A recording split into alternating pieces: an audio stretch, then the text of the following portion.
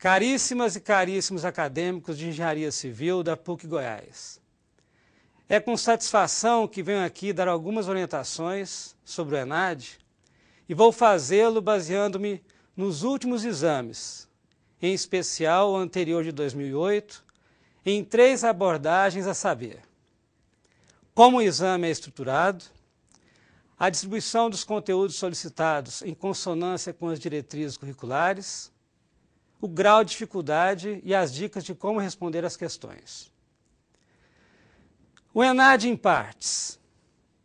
Na última edição, o ENAD para a prova de Engenharia, Grupo 1, em que o curso de Engenharia Civil está inserido, apresentou 40 questões subdivididas nas seguintes partes: formação geral com 10 questões, sendo 8 questões de múltipla escolha e 2 questões discursivas. 2. Componente específico, que é o núcleo de conteúdos básicos, com 10 questões de múltipla escolha. Estas primeiras 20 questões foram respondidas pelos alunos ingressantes e pelos alunos concluintes. Comparando o desempenho dos concluintes com relação aos iniciantes, estabelece-se um importante conceito na avaliação, que é o IDD, Indicador de Diferença de Desempenho, em que se pondera o quanto de conhecimento o curso agrega aos alunos, considerando a trajetória do curso e traçando uma linha de desempenho que o ingressante deve ter quando estiver concluindo a graduação.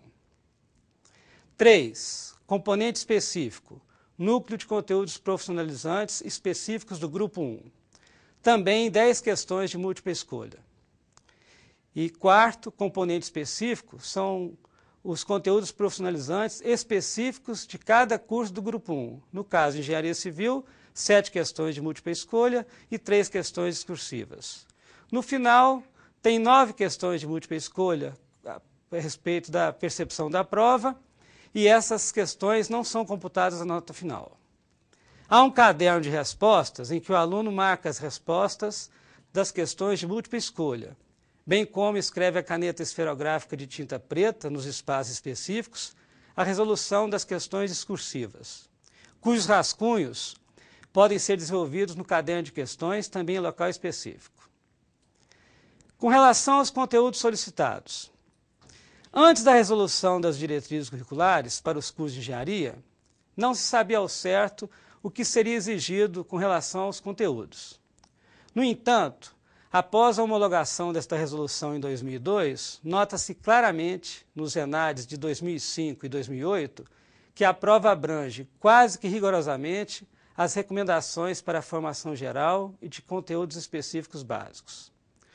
Já com relação aos conteúdos específicos profissionalizantes, considerando as 4 grandes áreas da proposta pedagógica de formação generalista do engenheiro civil, quer sejam construção civil, sistemas estruturais, geotecnia e transportes, hidráulico e saneamento, apenas algumas dessas áreas são exigidas, aleatoriamente, sem padrão de preferência por aqueles que têm elaborado o exame. Portanto, se prestarmos atenção no que estabelece as diretrizes curriculares dos cursos de engenharia, encontraremos lá o que é exigido no ENAD. Vejamos o que é mencionado sobre o perfil esperado do egresso: engenheiro com formação generalista, humanista, crítica e reflexiva na identificação e resolução de problemas, considerando seus aspectos políticos, econômicos, sociais, ambientais e culturais, com visão ética e humanística em atendimento às demandas da sociedade.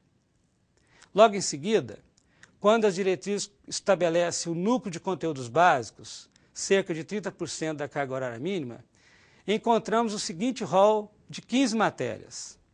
São elas: metodologia científica e tecnológica, comunicação e expressão, informática, expressão gráfica, matemática, física, fenômenos de transportes, mecânica dos sólidos, eletricidade aplicada, química, ciência e tecnologia dos materiais, administração, economia, ciências do ambiente, humanidades, ciências sociais e cidadania.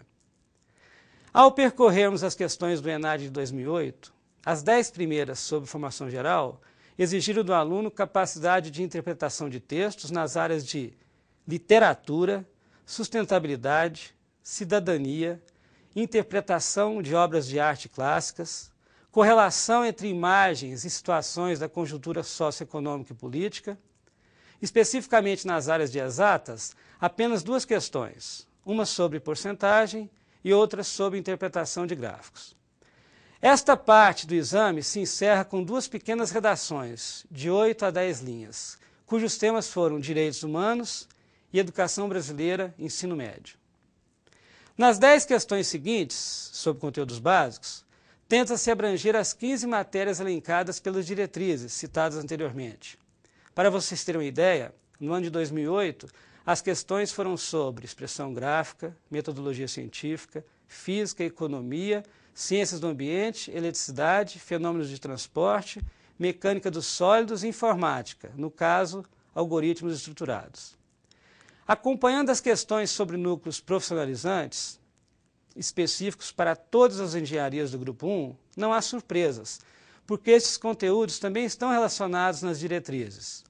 Foram exigidas questões sobre resistência dos materiais, geotecnia, topografia e geodésia, licenciamento ambiental, ciência dos materiais, hidrologia, administração e finanças, segurança do trabalho e legislação profissional. E com relação aos núcleos específicos para o curso de Engenharia Civil, as 10 últimas questões abordaram assuntos de construção civil, materiais de construção, hidráulica, estruturas isostáticas, mecânica dos solos, estabilidade de taludes e saneamento básico. Agora vamos falar sobre o grau de dificuldade e as dicas finais. Considerando que metade do exame engloba matérias de formação geral e conteúdos básicos, não há como esperar uma prova difícil. Pelo contrário, as questões de formação geral estão niveladas com questões comuns em concursos vestibulares, enquanto que as de conteúdo básico são de simples resolução, exigindo pouca aplicação de fórmulas. Quando estas são necessárias, o formulário é fornecido junto ao enunciado. As questões de conteúdos profissionalizantes específicos também não são complexas. Muitas delas nem exigem cálculos, até porque não é permitido o uso de calculadoras no ENAD. Finalizando, a dica principal que podemos dar aos nossos alunos de Engenharia Civil é que o cerne desta prova é leitura e interpretação de textos e gráficos. Com atenção e concentração, encontram-se as respostas no próprio enunciado, pois a maioria das soluções não exigem cálculo. A prova é bem elaborada pelo fato de não exigir resoluções com cálculos complexos. A maioria das respostas é fruto de deduções analíticas, que o aluno deve construir, estabelecendo uma relação entre as respostas sugeridas e o enunciado. Quero lembrar a todos que o Departamento de Engenharia tem o costume de trabalhar com os alunos nas semanas que antecedem o ENAD. Cada coordenação realizará uma reunião com os alunos de seu curso, em que vários professores comentarão as questões de sua área de atuação. Desejo a todos um bom desempenho, então nos vemos em breve comentando as questões do ENAD.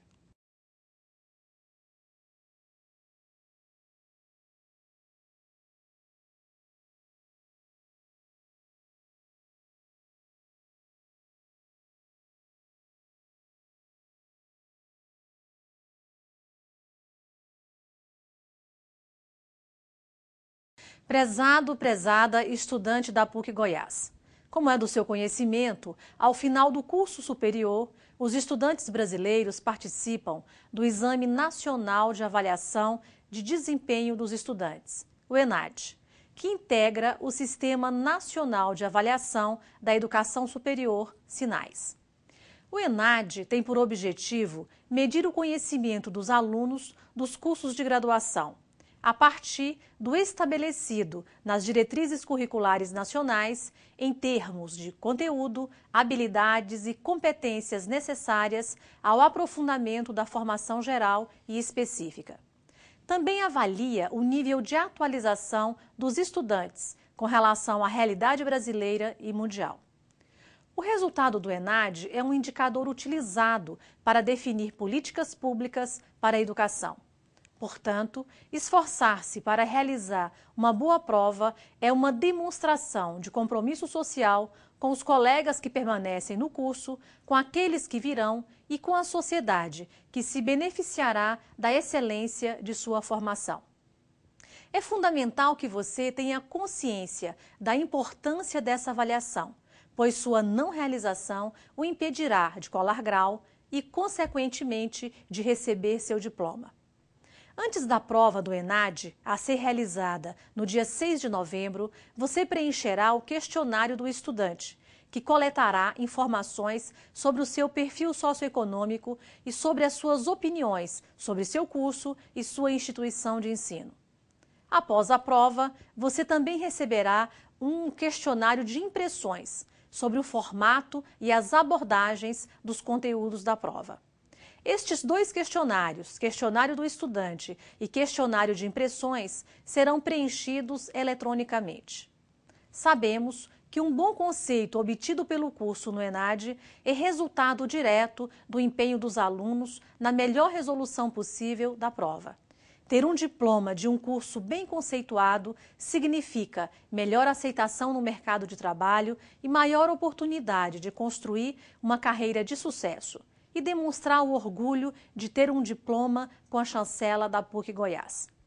Você que é aluno da PUC Goiás, concluintes dos cursos de Arquitetura e Urbanismo, Biologia, Licenciatura e Bacharelado, Ciências da Computação, Educação Física, Engenharia Ambiental, Engenharia Civil, Engenharia de Computação, Engenharia de Alimentos, Engenharia de Produção, Engenharia Elétrica, Engenharia Mecatrônica, Filosofia, Física, Geografia, História, Letras, Matemática, Pedagogia, Química e Tecnológico em Análise e Desenvolvimento de Sistemas, que serão avaliados em 2011, demonstre atitude e orgulho de ser PUC Goiás, participando com empenho e responsabilidade da prova do ENAD.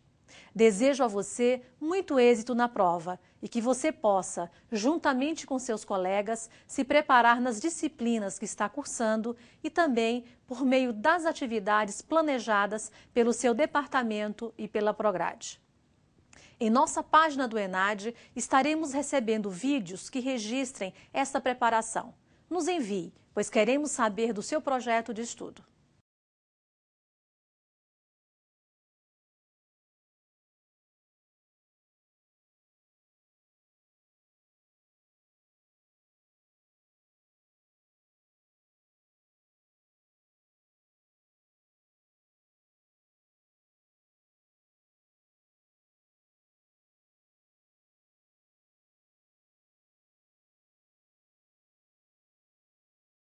A prova do último ENAD, realizada em 2008, tem o mesmo espírito das avaliações anteriores realizadas pelo INEP, de procurar cobrir todos os conteúdos das disciplinas específicas do curso de Física.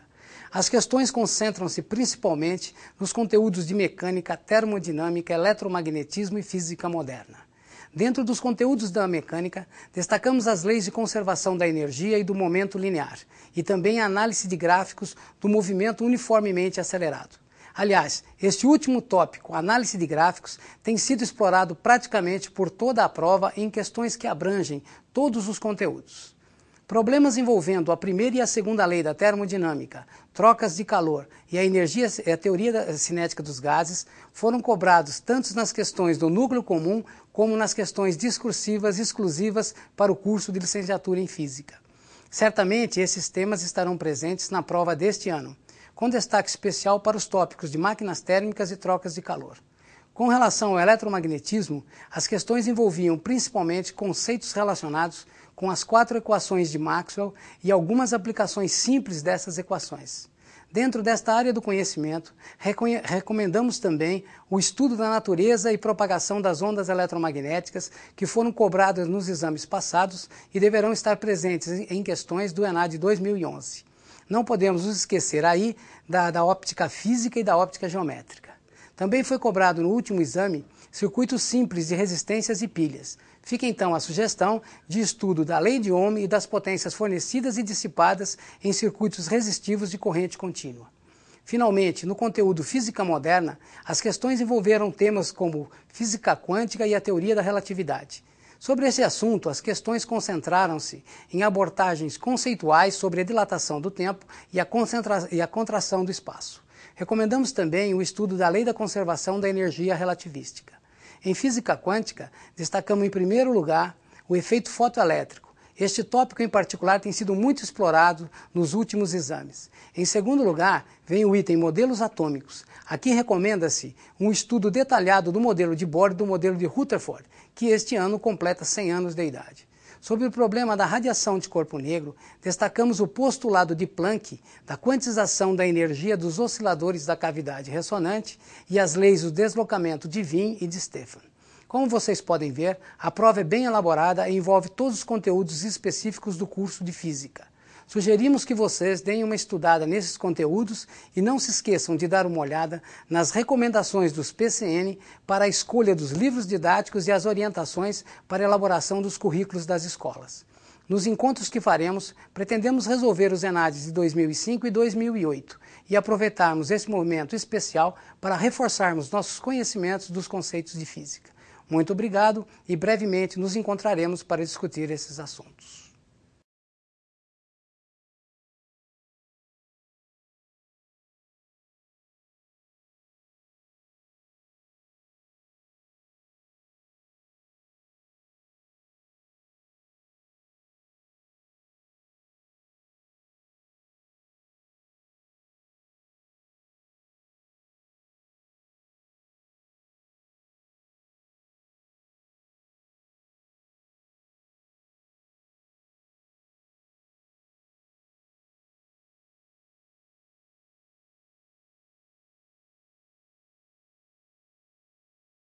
Vamos fazer alguns comentários a respeito das questões do ENAD da prova de 2008, da área de conhecimentos gerais de Química. As questões que eu selecionei para serem comentadas são as questões de número 13, 15, 18, 28 e 34. A primeira questão, número 13, é uma questão que trata da parte de Química Ambiental a respeito da depleção da camada de ozônio. Os conhecimentos básicos que para a gente ter a respeito dessa questão são principalmente aqueles relativos ao ciclo de reações da destruição da camada de ozônio, que a gente tem visto isso sempre na disciplina de Química Ambiental do curso de Química. Esse gráfico que é mostrado, né, onde a gente tem um pico da espécie CLO, ele representa, na verdade, o crescimento dessa espécie em função do consumo do ozônio estratosférico. Essa reação ela acontece através da espécie Cl, um átomo de cloro livre na estratosfera que reage com uma molécula de ozônio e, consequentemente, forma o oxigênio mais a espécie CLO. Por isso a gente tem esse pico, esse aumento da concentração da espécie CLO nessa determinada faixa onde está o gráfico. Como foi indicado no gabarito, a resposta correta é a espécie atômica Cl, que consome o ozônio estratosférico e, com isso, ele vai reduzindo a camada de ozônio. Por isso que a gente tem tanto problema com os CFCs, né, que são os clorofluorocarbonos, os gases que são empregados ou que eram empregados há algum tempo atrás, nos sistemas de refrigeração, que, em função exatamente disso, tiveram sua aplicação proibida há alguns anos. A segunda questão, que é a questão 15, ela fala exatamente sobre a mineração, né? Alguns processos de mineração, e usando esse conhecimento, essa informação dos processos de mineração, ela trata sobre o tema dos potenciais padrão de redução de metais. A questão é a seguinte: ao invés de se utilizar os processos de metalurgia normais, que utilizam a combustão do minério juntamente com um combustível fóssil, como carvão mineral, ao invés disso, utilizar para se obter os metais a partir de minérios de baixo teor de minério, né, do metal em si, se utilizar a hidrometalurgia. Qual a função disso? A função disso é conseguir um processo mais limpo, né, menos ambientalmente agressivo e utilizando as características de potencial padrão de redução. Então, nessa questão, ele cita os processos de hidrometalurgia e cita uma série de metais, de minérios, a partir dos quais se propõe ou se pretende fazer a redução dos metais e obtenção dos metais puros. Dentro dessa lista, ele fornece logo em seguida, a questão fornece logo em seguida uma série de valores de potenciais padrão de redução, E o conceito fundamental envolvido nessa questão é o seguinte: descobrir ou entender que os valores maiores de potencial de redução, quanto maior for o valor do potencial de redução, mais fácil esse metal vai ser reduzido frente a uma outra substância. Então, no caso, a hidrometalurgia utiliza como metal redutor algumas raspas de ferro, né? Aquele pozinho de ferro para você obter, através de uma reação de oxirredução, a troca de elétrons e a cessão de elétrons por parte do ferro para um determinado metal e, consequentemente, a redução desse metal a partir do seu minério. No caso, ele faz a proposta para vários minérios, entre eles a galena, que o principal componente é o sulfeto de chumbo, e o cobre e outros mais. Ele cita no exemplo o cobre e pergunta, dentre a lista de minérios apresentados, qual seria ou quais seriam os possíveis de serem reduzidos com a utilização da hidrometalurgia no processo empregando lá raspas de ferro para redução do metal. Então, como na tabela apresentada, os únicos metais que têm um potencial de redução maior do que o do ferro são o cobre e o chumbo, a resposta correta é o chumbo para essa questão, porque ele exatamente tem um potencial de redução maior do que o do ferro. Consequentemente, ele vai sofrer redução e o ferro vai ser oxidado. A questão seguinte é a questão número 18. Ela tem um enunciado bastante elaborado, né? Conta uma história muito grande a respeito do teor de fósforo nas águas superficiais, fala exatamente, contextualiza a situação da necessidade de se ter uma análise e um controle da quantidade de fósforo, e no final ela apresenta alguns dados, uma tabela, e a partir dessa tabela ela sugere que seja calculado o teor de fósforo numa amostra de detergente, né, numa amostra de um produto comercial. Em função desse teor, é solicitado dizer em qual ou quais dos produtos hipotéticos dentro dessa questão que atendem a uma resolução do CONAMA, que é o Conselho Nacional do Meio Ambiente, que estipula que o teor máximo de fósforo em um determinado produto seja de 4,80% em massa. Então, dentro dessa tabela são fornecidos vários valores. A massa da amostra na questão 18 é sempre a mesma. As massas obtidas dentro do processo de análise descrito para um determinado composto que é formado durante o processo são fornecidas e solicita então que seja calculado ou que seja determinado a porcentagem em massa de fósforo dentro dessa amostra. Então, a partir dos cálculos, os cálculos não são difíceis de serem realizados. Você tem uma amostra de, se eu não me engano, é o Mg2P2O7, né? E a partir dessa substância, você obtém o percentual de fósforo nessa amostra, ou nessa substância como um todo, e depois, em função disso, você obtém o percentual dentro da amostra. Dentro dessa amostra, ou dentro desse conjunto de valores que foi apresentado, os dois produtos na questão que atendem à resolução da CONAMA são os dois últimos produtos. Então, o produto número 2 e o produto número 3, que estão abaixo de 4,8%. E os demais abaixo de 4,8%. 4,7%, 4,3% aproximadamente, são os valores que foram calculados para essas questões. Então, a resposta correta, a letra E, que evidencia ou que sugere que os dois produtos que atendem à resolução são os produtos 2 e 3. A questão seguinte é uma questão da área de físico-química, que envolve o ciclo de Carnot. O ciclo de Carnot é um ciclo hipotético de uma transformação de um sistema. São um conjunto de 4 transformações para um determinado sistema. Então, são 2 isotermas e 2 adiabáticas. Essas 2 isotermas e 2 adiabáticas são 2 processos diferentes. Então, a gente tem primeiro uma expansão isotérmica, onde a temperatura é mantida constante, com isso a gente tem uma troca de calor. No próprio enunciado da questão, a gente já tem o valor fornecido de energia que foi, o valor que foi fornecido de energia ao sistema, que é um valor de 40 kJ. Tá? Então, nesse processo, a variação de entropia, nesse processo da isoterma, nesse processo isotérmico, é uma variação de mais 40 joules.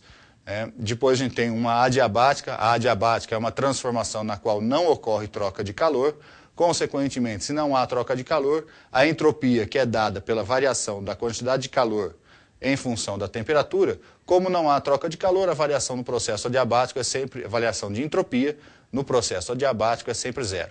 O terceiro, a questão que envolve, ou a pergunta, né, o processo que está envolvido na questão é exatamente o processo de uma compressão isotérmica no gráfico representado entre os pontos 2, 3 e 4 desse gráfico do ciclo de Carnot. Então o que acontece? A gente tem uma compressão isotérmica do sistema.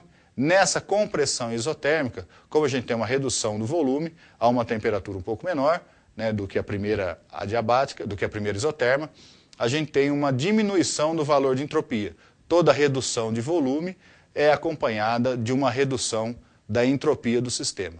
Como o próprio sistema fornece, como o próprio dado da questão já diz que foram fornecidos 40 joules de calor, a variação de entropia nesse ponto, né, nesse processo, vai ser de menos 40 joules, que é exatamente o inverso da primeira variação. No ciclo de Carnot total, a variação de entropia é nula, tanto que esse é um sistema ou é um mecanismo empregado para a gente provar que a entropia é uma função de estado, que ela parte de um ponto inicial e dentro de um ciclo ela tem uma variação total da sua entropia igual a zero. Então, nesse ponto, a questão apresentar o valor representado aí como valor verdadeiro para essa questão seria o valor de menos 40 joules, que é a variação de entropia. Por quê? Porque é o ciclo de Carnot, né, o primeiro processo, um processo isotérmico, que tem um aumento de entropia, porque eu tenho uma expansão isotérmica. O terceiro processo, o segundo processo é um processo adiabático, não há variação de entropia nesse processo.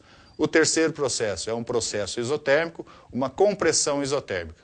Pela definição ou pelas leis da entropia da termodinâmica, uma redução do volume é acompanhada sempre de uma redução da entropia do sistema. E essa redução vai ser de menos 40 joules. E o quarto processo, como também é um processo adiabático, tem uma variação de entropia nula.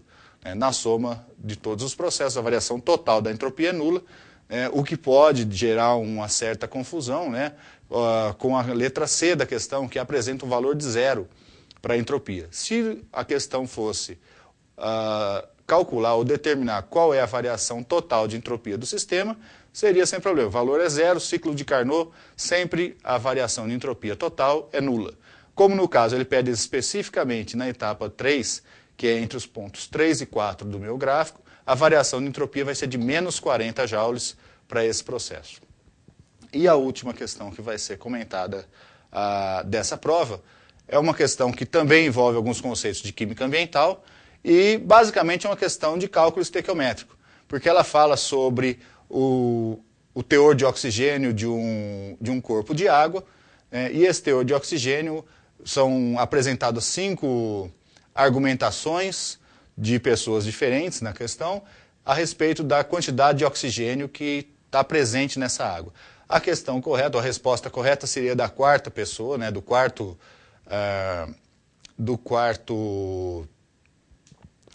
interlocutor dentro, né, da quarta proposta dentro dessa questão, que diz que a água não tem um consumo, uma quantidade de oxigênio suficiente para degradar a matéria orgânica e ainda assim manter a vida no sistema aquático. Por quê? Porque a questão apresenta como um teor de oxigênio na água em análise em torno de 5 ppm, ou 5 miligramas por quilograma. A quantidade de matéria orgânica presente é de 5,8 ou 3,2 miligramas de matéria orgânica por 100 mililitros de amostra. Com isso, a quantidade de oxigênio, como a quantidade de oxigênio é de 5 miligramas por litro, e na questão a gente tem uma afirmação dizendo que em 100 mililitros da amostra de água foram encontrados 3,2 miligramas, a gente tem um total de 32 miligramas de matéria orgânica por litro de amostra, ou por litro de água, nesse caso. Como a quantidade de oxigênio é de 5 miligramas de oxigênio por litro, a quantidade de oxigênio não é suficiente para produzir a degradação da matéria orgânica, para realizar a demanda bioquímica de oxigênio, que é uma das análises de água, e manter ainda assim uma quantidade de oxigênio dissolvida suficiente para sustentar a vida nesse sistema. É uma questão simples porque o cálculo, a relação estequiométrica entre a quantidade de matéria orgânica a ser consumida e a quantidade de oxigênio presente na água é uma relação de 1 para 1. Para que eu tivesse condições de manter a vida no sistema, eu deveria ter pelo menos um pouco mais do que 32 miligramas de oxigênio dissolvido, o que é uma quantidade bastante alta, né? Levando em consideração a temperatura ambiente e tudo mais. A gente sabe que em torno de 25 graus, a quantidade de oxigênio dissolvido, oxigênio molecular dissolvido na água, fica em torno de 8,2 a 8,4 miligramas. Então, normalmente, os teores de matéria orgânica têm que estar abaixo disso para ser uma água considerada própria e sustentável para a manutenção de vida dentro desse sistema.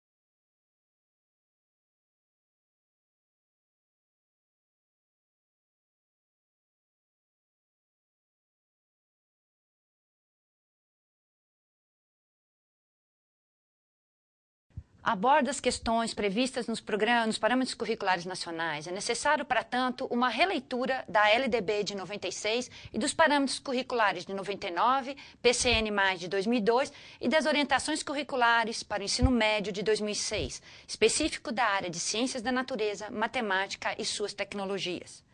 As abordagens do conhecimento químico contemplam o fenomenológico, o teórico e o representacional.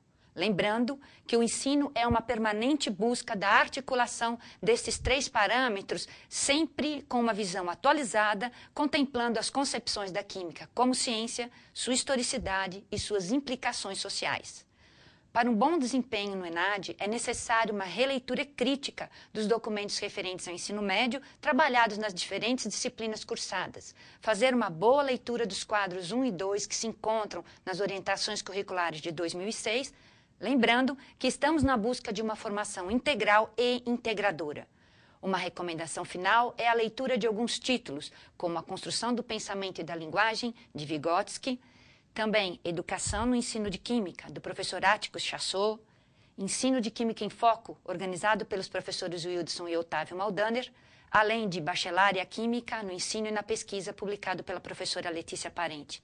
Didática da Química, Fundamentos e Práticas para o Ensino Médio é importantíssimo nesse momento, publicado pelo professor Murilo.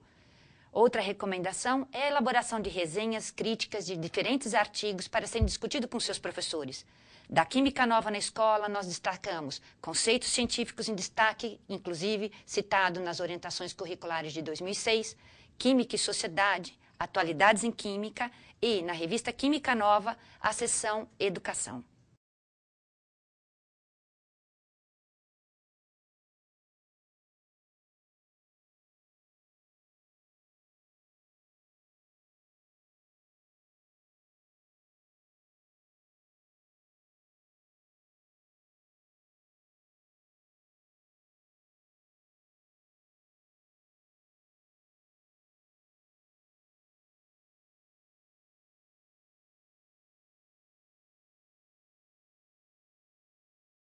Nós faremos o comentário de 2 questões presentes na prova de 2008 do ENAD para o curso de Engenharia de Alimentos. A primeira questão é a de número 41, na parte de formação específica, página 25 do caderno de provas. Diz o enunciado: na indústria de alimentos são utilizados processos que aumentam a vida útil dos produtos. Pergunta-se: quais dos processos utilizam a aplicação de calor como forma de conservação? Letra A, membrana e irradiação. Não é a resposta correta, porque irradiação é um método não térmico de processamento, ou seja, não utiliza calor. Letra B, alta pressão e campos elétricos pulsantes.